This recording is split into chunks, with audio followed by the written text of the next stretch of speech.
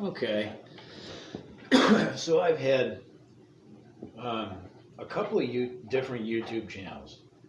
I'm bad with passwords, and I lost a computer. And anyways, I'm not going to do politics now.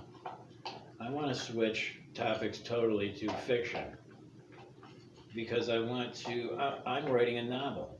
And when I say that I'm writing a novel, to be honest, until I feel I've got some of it down, different parts of it, my notebook, but it won't be done for a long time because I think that um, art imitates life. So I'm kind of waiting to see how my life plays out before a little more before I finish the novel. It's called Rip Van Winkle, and it's the legend of this contest that's been going on seemingly for time immemorial, to where it's you could almost think of it as kind of like an MK Ultra thing where you break a personality, but you tap into someone's subconscious mind and you train them from the time that they're born. You train their body, and through their subconscious mind, through cues and things, you can access the subconscious mind, especially in a child. And you start training them, start weight training them. Right now, this you might want to throw human rights out the window because this is an old contest. It's where you start weight training them. And if you weight train a small child, by the time they're an adult, they'll be able to pull hundreds, if not 1,000 pounds behind them with their subconscious mind. Okay. So this contest, I think it had to do with maybe some kind of Illuminati, or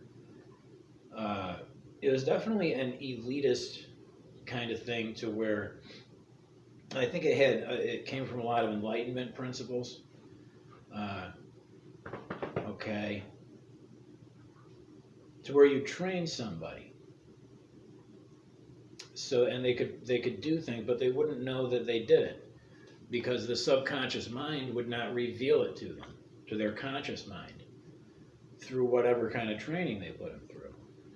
So the novel goes that there's an old, like, I don't know, secret society guy who has most of the knowledge, the books, and the knowledge, really, the unspoken stuff, of the tricks to the trade when you do this Rip Van Winkle contest.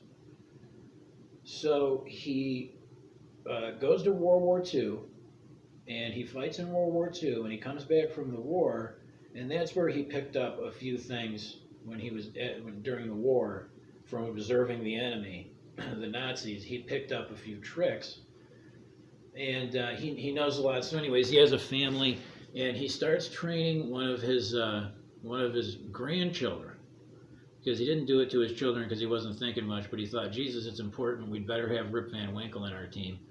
So he starts training his grandchildren, all of them, and there's 10 of them, let's say, into this contest one way or the other, until one rose to the top, and then he stuck with that person and went with them. So he's the original kind of progenitor of that whole thing. And you have intelligence agencies that have been attempting the same thing, but they lack the deep understanding of the mind and the body that came from ancient wisdom, and they can't quite get it, But they get wind of this kid who is a little kid, 4 or 5, whatever, and the intelligence agencies start to figure out, and they start spying, and they start following, and they're trying to steal this guy's secrets. Okay, so but this kid that he's training is being trained well, so they enter the contest. The intelligence agencies and other organizations get drawn into this contest to see who can win the Rip Van Winkle contest. Now, obviously, you'd think that the World War II vet's grandkid's going to win, and he does, because he really puts them through it. But then you get stories that come out of this contest of how they proved, they fight each other. They do dangerous work. Like they have to achieve an objective, you know what I mean?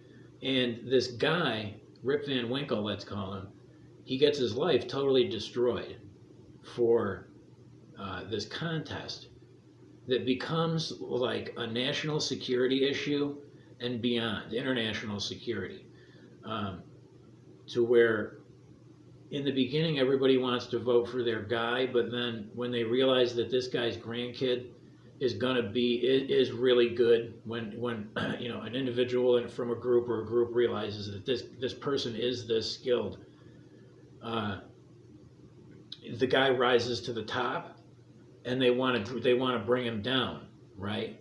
So most people want to kill him to get, you know, just because he's so good and they can't touch him, and when they do, he wins.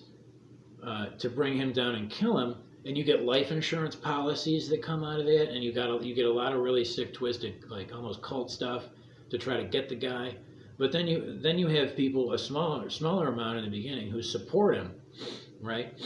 Well, there's a day of revelations to where everybody starts to get a clearer picture of what's going on and how they've been tangled into this game, this Rip Van Winkle contest.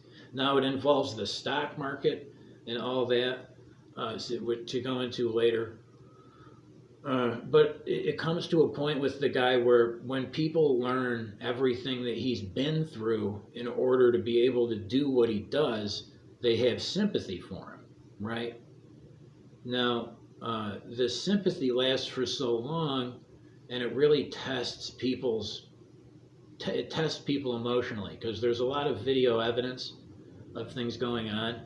You know, the World War II vet he wanted to make sure that everything was documented, so there would be as few misunderstandings as possible.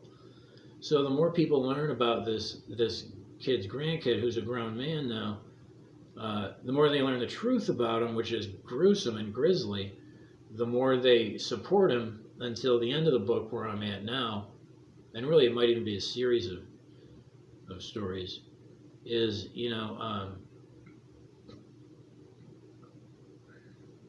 there's almost a second revelation to where someone comes along and with means, motive, and, you know, good opportunity and a plan that's out of this world to sway the accepted results of this Rip Van Winkle contest, and challenge yet again our hero and the minority of people who really know all these, and get those secrets, right? Get all the secrets, or exterminate or kill the guy so that it doesn't go on. Yeah. So that's my idea. That's my pitch.